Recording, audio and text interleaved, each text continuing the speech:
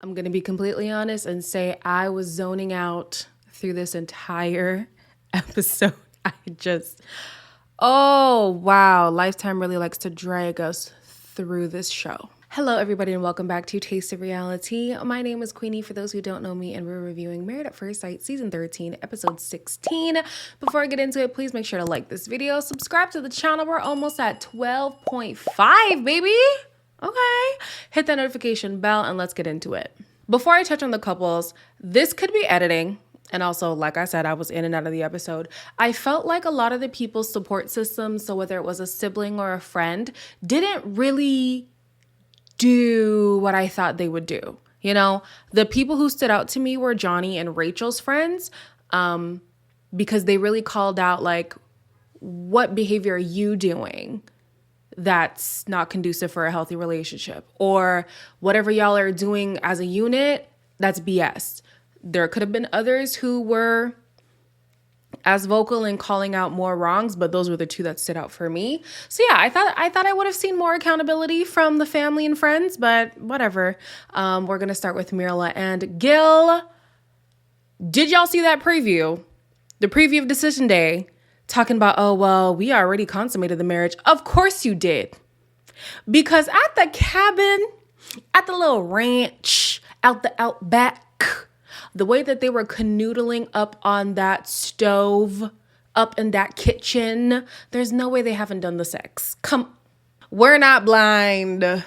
But anyways, Mirla's having concerns about the disparity between her and Gil's finances. She says she wanted somebody with a more established career, and I get that. He's recently a firefighter. Good job, but still fresh in it. And I just, like, yeah, I'm with you. We are in different places in life when it comes to finances and career and aspirations and drive. So I have to think about, can I really do this for life, like forever? He cannot live at the lifestyle that I want to live. Right. That's a problem. Yeah. I don't feel like she should have to. The way that Gil presents it, it's almost like she has to strip who she is as a person in order to be the perfect wife for him. And it doesn't really sit well for me. Throughout this episode, I felt like he kept trying to, like, suppress her so that she fits in his mold, rather than him potentially either stepping into a greater role that would be, you know, better for her, or just to say, you know what, we just don't work, you know? Gil has flipped the script on us, child. He has flipped the script in the last quarter. He says, she basically shits on people who have a lower lifestyle than her. And I think that's very far from true. In his absence, she's she speaks very pleasantly about him, and she's like, he's so humble and all these things. And she's saying it as a good thing. She's just saying it might not work for her. But in terms of, like, diminishing any of his attributes just because their quality of life is not the same or their lifestyle is not the same, that's Gil really disappointed me this episode. He really did. I thought, see, it's emotional. I thought of the husbands, he was the one with his head on straight. This episode just confused the hell out of me. There'll be a little bit more about them later. This episode was kind of all over the place, so the review is going to be all over the place. Next, we're going to talk about Rachel and Jose. Rachel says that there aren't many issues in their relationship except his listening problem. And it seems like she's going to say yes on Decision Day. I feel like there's still something. I know I already said there was something, and then she said, you know, she went and she slept at her ex's house. I still feel like there's something. There's still something she's holding back on. The friend has a concern that Rachel is being, you know, taken for granted, or she's, you know, being used as a doormat. You want to be a good person, you act like a good person. You don't need cards to not lock your wife out of the apartment. So no cards are trash. I will say sometimes I feel like I am being a little naive of really thinking it will never happen again. I would have to agree. I don't know. I feel like I have a lot of feelings now. I don't know. I feel as if Rachel has primed herself in relationships to be, docile is not the word that I want to use, to be like overly accommodating, but to a point where like you kind of lose yourself. Like she holds a lot of information. She doesn't really seem like that girl we met in the beginning. And we felt the same way. I say we, but it was me. I felt the same way about Clara last season, and look at them now. So yeah, Jose later is talking with, I forget who he was talking to, but he was saying the problems in their relationship is faithfulness and communication. Communication, I will agree with him on. Faithfulness, she has not given you a reason to think that she'll be unfaithful to you except for her past. She was unfaithful in the past, and we don't even know how long ago that was, number one. Number two, this whole she called me by another man's name, let it go. Let it go. She called you Johnny. You and Johnny are literally attached at the hip. Like, please. Please. And then, okay, the ex thing is kind of sketchy. But again, like I said last week, why was she even locked out in the first place? You know? So these two, I feel like they're going to say yes. Should they? No. No, they should not. The one thing that they really cannot get on the same page on is lifestyle. So Rachel wants passport stamps and Jose wants car mileage. If I were with a person who didn't see traveling as important as me, I could see how it's a big deal. It would really be a problem for me, especially, well, me, I'm an immigrant, so like traveling is a must. I have to go see my family. They live in a whole different continent, but it's a part of someone's being, you know, wanting to experience culture, wanting to live lavishly, wanting to explore the world. Like those are fundamental things for some people. And the fact that they really can't get on the same page about that might be, an issue. I don't think it's an issue for divorce, but with these two, there's more than just that. So yes, I think they should divorce. Next up is Johnny and Bao. The Bao and Sarah saga continues. I saw some clips from Unfiltered, and Johnny was saying that he actually knew Sarah longer than he's known Bao, and that's why he took her word as gospel. At the end of the day, there's more evidence that incriminates Johnny than it does Bao. So for right now, I stand with Bao. Bao is sitting with her friend Anne, and she's, talking about it's so frustrating that this hasn't worked out because we've had good times. And honestly, when they do the little flashback, I'm like, this should have been the for sure couple. If I win, we do whatever I want to do in the bedroom tonight. Okay. Deal? Deal. It's not about numbers. It's about having fun. Are you having fun? Yes. I find it very hard to believe that Bao is this vindictive, manipulative person that Johnny's trying to paint her out to be. And it's weird too, because also on Unfiltered, Michaela and Mirla co-signed Johnny. I need to see it. I need to see it because I don't believe it.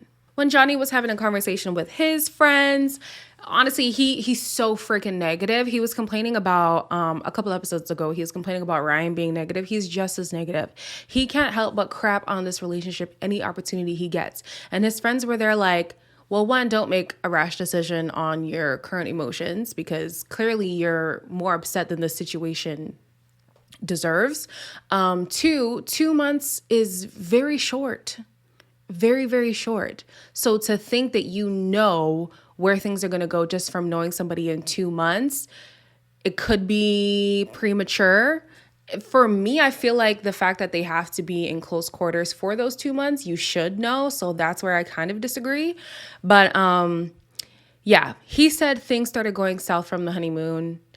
Things were not going south. Johnny was looking for problems, and if you look hard enough, you will find them. Sure enough, he found them, and he found every opportunity to make this relationship Bao's fault. The dissipation of this relationship, Bao's fault. I can't stand him. To this day, we have yet to see some semblance of accountability. I have not seen anything that looks like accountability, smells like accountability, tastes like accountability, nothing from Johnny. He loves to play the blame game, and for some damn reason, Bao accepts. She's like, you know what? Yeah, it's me. I'm the problem. I feel like there was some overcorrection, because she even in this episode, she did confirm that she hasn't been the best partner in the past. But in this relationship, she was actively trying to counteract that behavior. I feel like she overcorrected. And then she became his doormat, and it was so hard to watch. But it was even harder to watch because there was absolutely no accountability from Johnny ever. I need this reunion because I need answers. We're moving on to Zach and Michaela. Michaela is visited by her sister. The sister pissed me off. I'm going to be completely honest. The sister pissed me off. So, of course, Michaela is going to spin the story and make herself seem like the victim. We've seen her do this before. This is not new to us, right? To us. We've only known her for however long the show has been going on. Her sister has known her whole life. And the fact that her sister did not take this opportunity to ask where Michaela played a role in their marriage breaking down and didn't hold her accountable for the behavior that she knows her sister is capable of, that was very annoying to me. I don't know if Zach is leading her on. I don't know if Zach is leading himself on. I don't know that Zach exactly knows what Zach wants. And so I think he also needs to have a sit down with himself and really figure out what he feels and how he wants to express it. Michaela makes it seem like there's one problem. It's only these blow-ups. Like, I don't know why he's making it such a big deal. We only have one issue. The one issue is ginormous, okay? If I was dealing with somebody whose behavior was so erratic and unpredictable, I don't care how good you are to me Monday through Thursday. If Friday, Saturday, and Sunday, I'm afraid for my life, I'm leaving. So yeah, it is one thing, but the one thing is a big thing. Girl, acknowledge that. Zach didn't have a friend come in, so he was talking to Gil, and he says that he can't be a part of this cycle anymore, this volatile cycle. It's too much for him. Then why did he ask Michaela to spend the night shortly after their conversation with Dr. Pepper? Sir, you see how it's hard to side with you? You see how it's hard to be on your team? You say one thing and do another thing that contradicts what you just said, and you don't make sense. And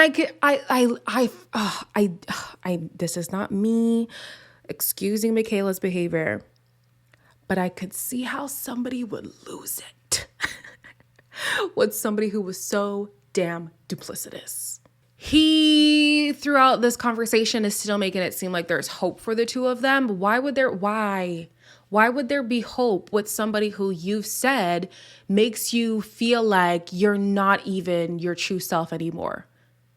You feel like you're not authentic around her, and, the blow-ups are just too much for you, but I want to see if we can make this work. Why? He claims they're not being intimate. I call BS. It must be the sex. It must be. It just has to be. I don't see any other reason as to why he would want to keep this relationship going. They must lay it down real good. Okay, she got that wop, he got that pipe, and they make it work. I don't know why I just said that, but I did. That's the only reason why I could see them wanting to make it work, because Zach, no. And Michaela, absolutely not. Lastly, we have Brett and Ryan. So Ryan said he wanted marriage for so long. And he can't imagine having to start over from scratch. Well, baby boy, you restarted them dating apps from scratch, so clearly it can't be that hard. His friend was having a conversation with him, and he was saying, why not give marriage a fair try, because the things that you've tried to do in the past clearly have not worked. And he's like, well, I could pinpoint every point where that went wrong in those relationships. Okay, tell us. I have a feeling it's going to be the same things that you did in this relationship. So why come into marriage? Why come into this process where you were not going to get a ready-made wife and it was going to require hard work just to do the same things that have led you to you being 34 and single? The people would like to know. The friend also says that he believes Ryan needs somebody who's able to call him out and really say where Ryan could improve and stuff. And though I do agree, Ryan is not ready for that. So therefore, it doesn't matter. He has a woman who is willing and able to call him out on his BS, yet every time she does, he recoils. And what's the point of having somebody who's able to do that if you're not going to take it in stride? You know what I mean? I feel like that's something that he could definitely work on. Introspection, I think he lacks, at least in the moment. And accountability. He needs to work on those two. So we learned that they actually both moved out of the apartment, and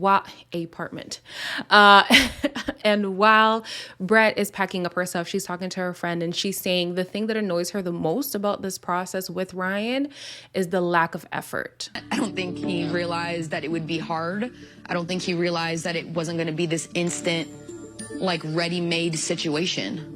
And then he didn't do anything about it when it wasn't. It was just like, well, not what I ordered. You didn't get what you ordered either. Thank you. The number 1 and number 2 rules of coming into Married at First Sight is having an open mind and giving it your best shot. And I feel like that's why, for me, the show has lost its luster. Because people are coming in expecting a cookie cutter spouse and everything's going to be hunky dory. Why the hell did you think that would be the case? Granted, I feel like there's a little bit of sabotaging that production has been doing as of late, but even in the purest intentions, there was no way you were going to get a ready-made spouse, This is why I think back to season 1 and I'm like, man, I think Jamie was on season 1. Jamie and Doug, I will forever see them as one of my favorite couples because she literally had a breakdown on her wedding day, but still decided to be open-minded, still decided to put in the work, and look at them. You know what I mean? And then you have people like Ryan who comes in just expecting, I don't know, a freaking blonde-haired concubine. He makes me mad. Okay, so we're going to jump to the couple's social thing because I felt like it's so weirdly placed in the episode, but whatever. At the couple's social, the couples share their concerns. And Gil released the clip. He unleashed the beast. He was basically saying, her lifestyle is too much for me. She's bougie, she's bratty, she's whatever in the presence of all of these people. And I felt like there was another way to address that. You have concerns about lifestyle differences, and that's something that you need to navigate to see whether or not it's going to work out. You could have just said that and left it. But this episode, Gil has flipped the script on us. Oh, all the praises I was singing for him last week, I might have to take them back. Jeez. She takes the public ridicule on the chin. Good on her. She took it very, very well. And I have to commend Mirla, honestly. There's parts of her personality that are always going to be the way that they are. But I felt like she's been so receptive to the notes of the experts, to the criticism of her husband. And she's become less critical. She really, really has. And I feel like she's not getting enough credit for that.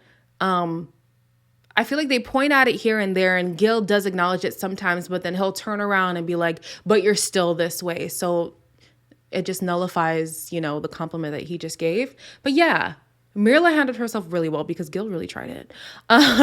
Brett had a great and respectful response too. She was just basically saying, I want to go with my gut. And if I feel like I've tried my best and it's not working out, then it's not working out.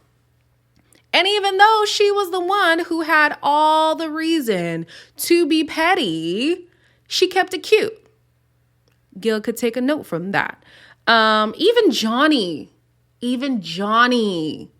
gave a respectful answer, and I was like, wow, that's crazy. So Bao says it takes both people to sustain a marriage and one person to stop it. truer words couldn't have been said. In a marriage, like in these marriages at least, it seems one person expected the other to do the heavy lifting. And when that didn't happen, they just thought, oh, the relationship is not salvageable. When it was, all it required was for you to try. You know, Johnny, if he would have just tried, this relationship could have worked. What's his name? Ryan. If he just would have tried, or at least would have relayed the message of when he did start to try, it could have worked between them. But they expected their spouses to do the heavy lifting, and that's just not a reality in marriage. There might be a time where one partner is carrying a heavier load, but we're all carrying something. Okay, so yeah, when one person decides that they don't want to try anymore, then the relationship is done. I loved that point. Zach is still entertaining saying yes in decision day. Belle's response tickled me. I can't help but feel like he's thinking about walking into decision day and signaling to the world, hey, I'm divorced, I'm single, but Michaela, let's work on our love on the side. Like, that doesn't make any sense to me. It made me laugh, one, because of the rumors that they're dating, but also the men, I don't know what makes them think that decision day, if you say no, it means we can work it out. Do you know what a decision is? A decision is definitive. We're staying together or we're not staying together. These men are 34? Lord have mercy. Decision day means, are we staying married or are we getting a divorce? If you tell me we're not staying together, that means we are splitting up. The fact that Johnny was perplexed at that idea, Zach was perplexed at that idea, are y'all dumb? Yo, they actually had me vexed. Everybody had me vexed this episode. But yeah, I was like, I sided with Bao when she said, I would rather we say yes, we work on it, and then it doesn't work out, and then it's a no, then you tell me no, and you think I'm still gonna come around making this relationship work. No, it does not work like that. So at the end of the episode, end-ish of the episode, they were basically sharing the things that they had learned throughout the process. I could only catch a few of them. Rachel learned that hardship is not the end of a relationship. Again, you're in your 30s and you're just finding that out. Lord have mercy. Bao learned patience, and that she's actually more patient than she thought, but also learned to be more patient throughout the process. Gil learned to be more vulnerable and to allow himself to share more of himself with his partner. Johnny learned that he's an emotional wreck, and Zach learned the same. Absolutely. Zach claims that this is the most emotional he's ever been in his life. I call BS. Something about him shows that he's been coddled a lot. And now that life has really tested him, he didn't know how to handle it. He's also the youngest guy here. So, of course, the emotional development looks different when you compare the other guys to him.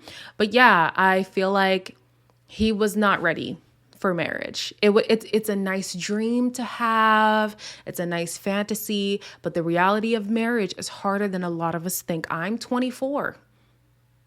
I know a lot of people watching this are like, you're 24? Y'all are shocked every time. I'm 24. And I know ideally I would love to be married, but the realities of marriage, I would need more experience. And even though Zach is 27, he needed more experience. So yeah, there were a couple more like talks that they had, but honestly, I feel like the end of this episode was just dragging. Next week is decision day. I think I'm gonna go live after the episode instead of doing a video. Yeah, decision day is always like not all the way cemented in the decision, so it's really the reunion that's gonna tell us. So yeah, I'm gonna go live for decision day after the episode, and then live for the reunion. And this is probably going to be the last Married at First Sight US season that I'm going to do, to be honest with you. Like, it feels like it's turning into a money grab for me, and the joy of watching it has deflated. It has. It really has. So, I mean, maybe if I see potential in the next season, I will be back, but child, anyways, until next week, like, comment, share, and subscribe as always, and I'll see you in the next one.